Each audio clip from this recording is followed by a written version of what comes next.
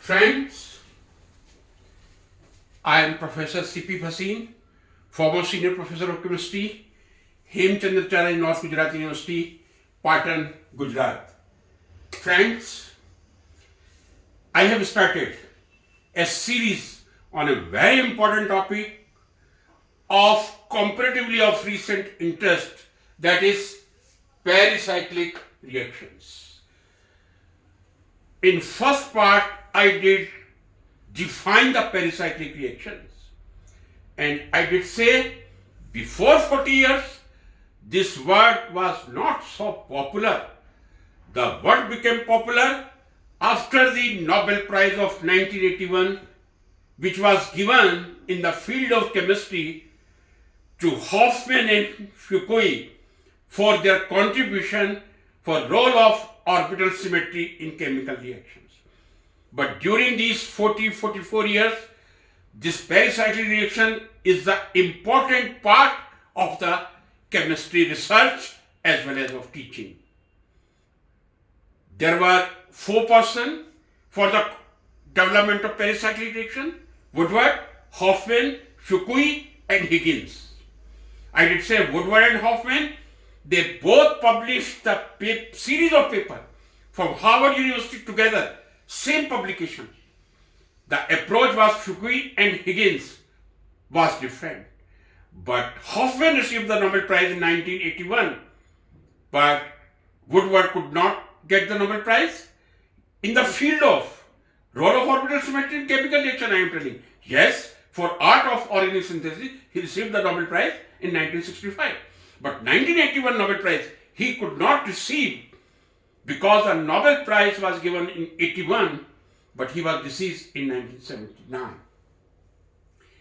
I did say what are pericyclic reaction. The word cyclic is there. Means there must be some cyclic state. I can explain, this is a very simple cyclic state. Wherever pericyclic reaction is there, there is involvement of cyclic transition state. Yes, there is formation of cyclic transition state. That is the requirement of pericyclic reaction. What is transition state? We should get differentiation between two words: reactive intermediate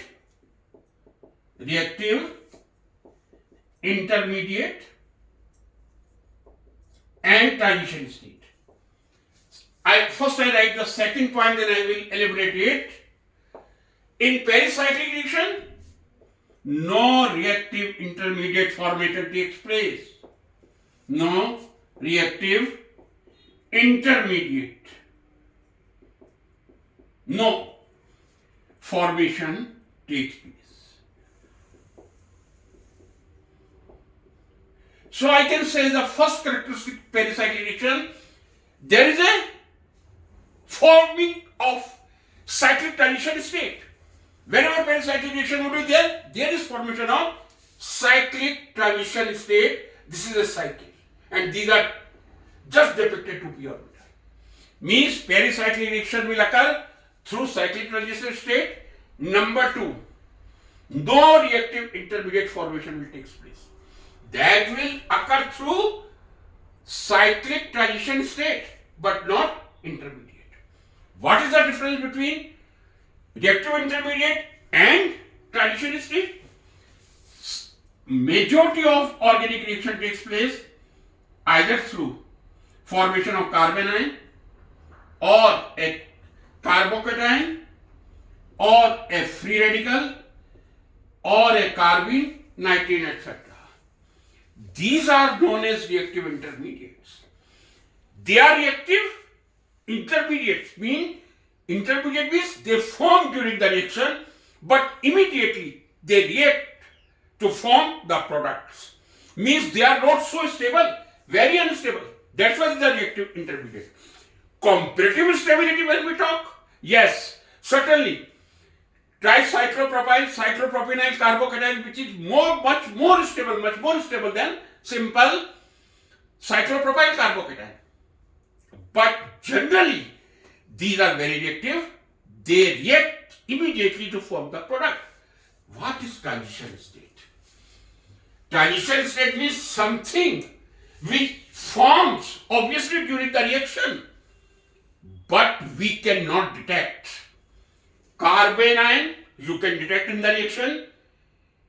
Carbocation is detected through NMR. Free radicals are detected through EPR, electron paramagnetic resonance, or ESR. There is one single word, electron spin resonance. Means intermediate have some fraction of time in which you can identify which species formation takes place in a particular reaction.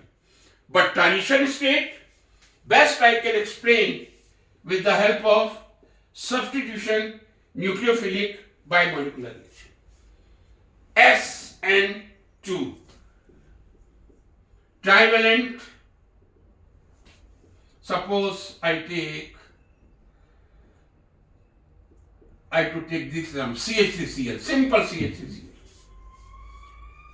In SN2 reaction, there is formation of reactive intermediate. Means this chlorine is detached, and suppose this is reacting with hydroxide ion. So this hydroxide ion will come to this place and chlorine will go out. This is transition state. Means both bond formation and bond breaking, or rather I should say bond breaking and bond formation takes place simultaneously in a concerted way. This is known as concerted way. CONCERTED means bond formation, bond breaking, they are taking place simultaneously. When hydroxide ion is attacking the carbon, chloride ion is leaving. Means leaving of chloride and bond formation of hydroxide, they take place simultaneously. This is known as transition species. This is not, we say, reactive intermediate. This is transition species, not reactive intermediate. So there is a difference between reactive intermediate and transition state. In pericyclic reaction, no reactive intermediate formation takes place, but certainly cyclic transition state is there. So remember 2 points. Remember, whenever pericyclic reaction is there, that is a concerted reaction. Both bond formation and bond breaking takes place simultaneously. One bond is broken, simultaneously another bond is formed. The reaction is concerted, takes place simultaneously. Second point, no intermediate formation takes place. Nothing, carbocation, carbanion, free radical, nitrogen, nothing. But there is cyclic transition state. Third point, not affected by polarity of solvent. Polarity of solvent. Yes, whether you take the reaction in polar, non-polar solvent, no effect takes place. Means there is no effect of the polarity of the solvent on the pericyclic reaction. Totally unaffected by the polarity of the solvent. No effect of catalyst. No effect of catalyst. Whether you are taking or not doesn't matter. Means pericyclic reactions are neither affected by the polarity of the solvent and not affected by presence or absence of the catalyst. So once again I will repeat 4 points. Such type of concerted reaction which involves cyclic transition state, both bond formation and breaking take place simultaneously. There is formation of cyclic transition state. Number 2, no reactive intermediate formation takes place. Nothing except there is formation of cyclic transition state. I have explained the difference between reactive intermediate and cyclic transition state. There is no effect of catalyst on the reaction and they are not affected by the polarity of the solvent. Next, reactions are highly stereo specific and stereoselective.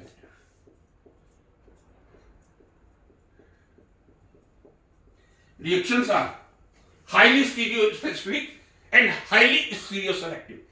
Later on, I will elaborate this point in very detail when I will take the cycloaddition reaction. But what do you mean by stereoselective and stereospecific reaction? That obviously I will discuss when I will take the cycloaddition reaction. But I want to say further, reaction takes place in both ways, thermally as well as photochemically.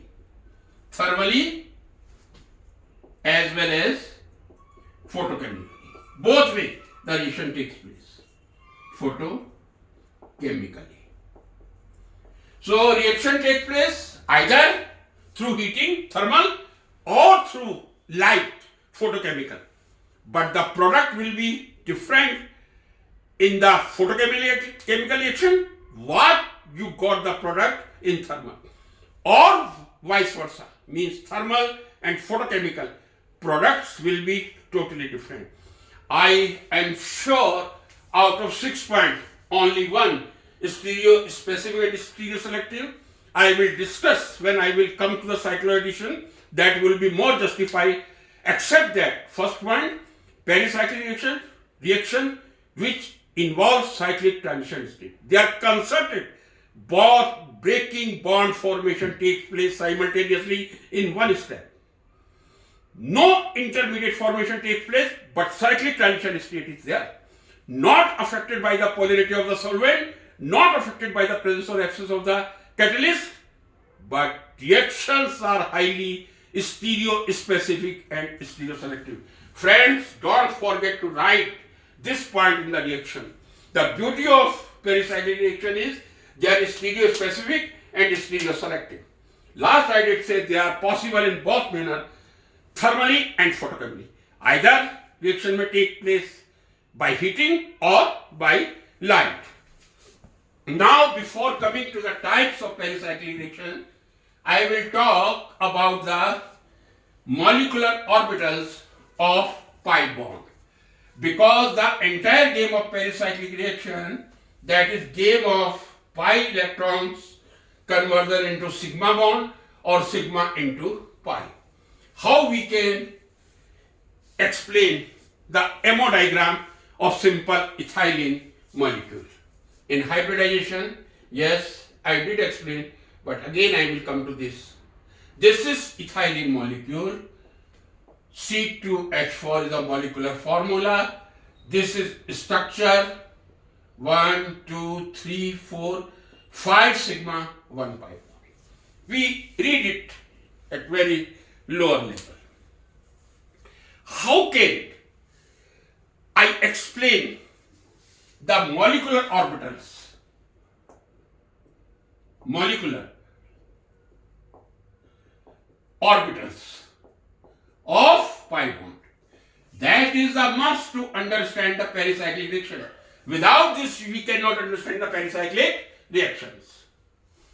But we will take the consideration of here only pi bond, not of sigma bonds. We know about linear combination of atomic orbital. What is linear combination of atomic orbital? Suppose two hydrogen atoms, they will combine to form hydrogen molecule. This is H, this is H. This is hydrogen molecule having 2 electrons in bonding orbital. Whenever there is a bonding orbital, there is always anti-bonding orbital. You see the hydrogen molecule, each hydrogen atom, s orbital is with 1 electron, linearly combined to form s2 molecule. One is bonding, another is anti-bonding. So in linear combination, when they combine together, either S or P, P overlap might be two types, coaxial and collateral. Whenever linear combination of two orbitals are there, there is formation of two new orbitals which are known as molecular orbitals. These are undoubtedly atomic orbitals. Please, I am clarifying much more. These are atomic orbitals. Atomic, but this is bonding molecular orbital, this is anti-bonding molecular orbital. Whenever two atomic orbitals combine, there is formation of two new molecular orbitals. One is bonding, another is anti-bonding. The energy of bonding will be lesser. This is non-bonding energy level because this is level of hydrogen atom, non-bonding energy level. Non-bonding energy level. So bonding orbitals are so much lesser in energy, but anti-bonding orbital equally higher in energy. And in chemistry, whenever there is liberation of energy, stabilization takes place. Whenever there is a gain of energy, destabilization takes place. Why hydrogen molecule is forming?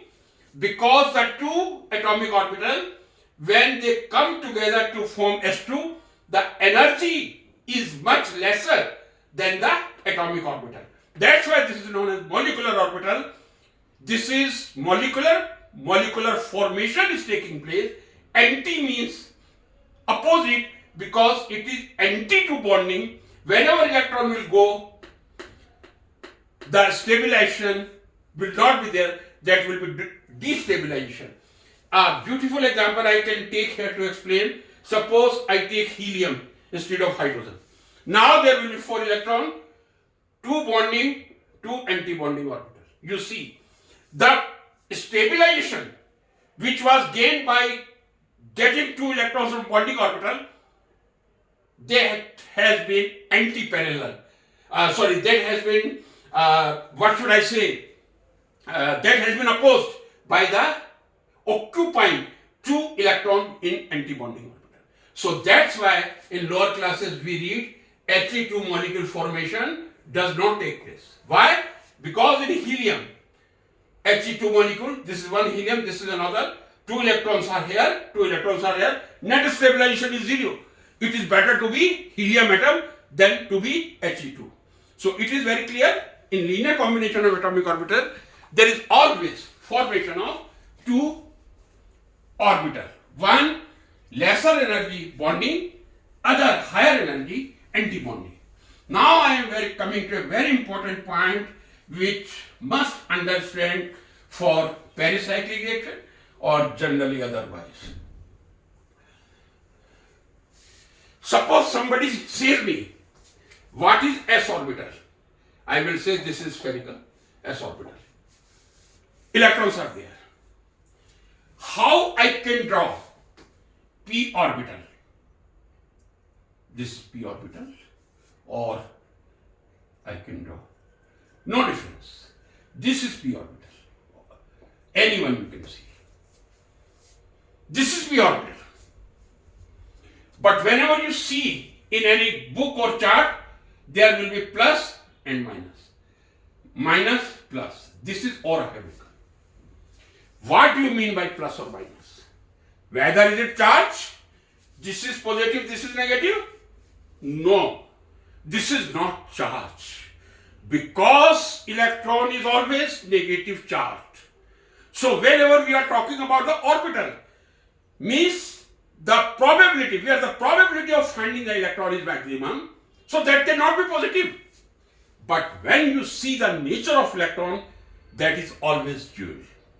Some properties of electron can be explained through particle nature, some properties can be explained through wave nature. That is known as dual nature of electron. So I can say, suppose I consider electron, the electron is a wave when dual nature we are talking, and this is wave going up, down, up, down. We all know this is known as crest, this is known as trough. And we always show plus, minus, plus. If we minus, this is 0. This is amplitude. Amplitude. Wave is going up, down, means this is upside crest, this is trough. You see these 2 points carefully. And third point, this one. So similarly, if we depict the electron as wave, we find there is crest, trough, crest, trough. The amplitude plus, amplitude minus. What is the amplitude here? On these 3 points, 0 amplitude. This is 0 amplitude. And these are known as nodes. Nodes.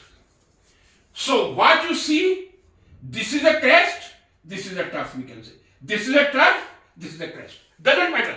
आप ऊपर minus रखिए, नीचे plus रखिए, ऊपर plus, doesn't matter. But these are crest and trough, represent the wave, and this is undoubtedly, as I did say, node. What does node represent here? Amplitude of wave is 0. This is the maximum, this is the maximum. Similarly, I can say the electron density will be maximum here, but minimum here. Node almost, I cannot say 0. No, almost 0 electron density. Almost 0 electron density. So, the point where probability of finding the electron is almost 0. Almost 0. That is known as node.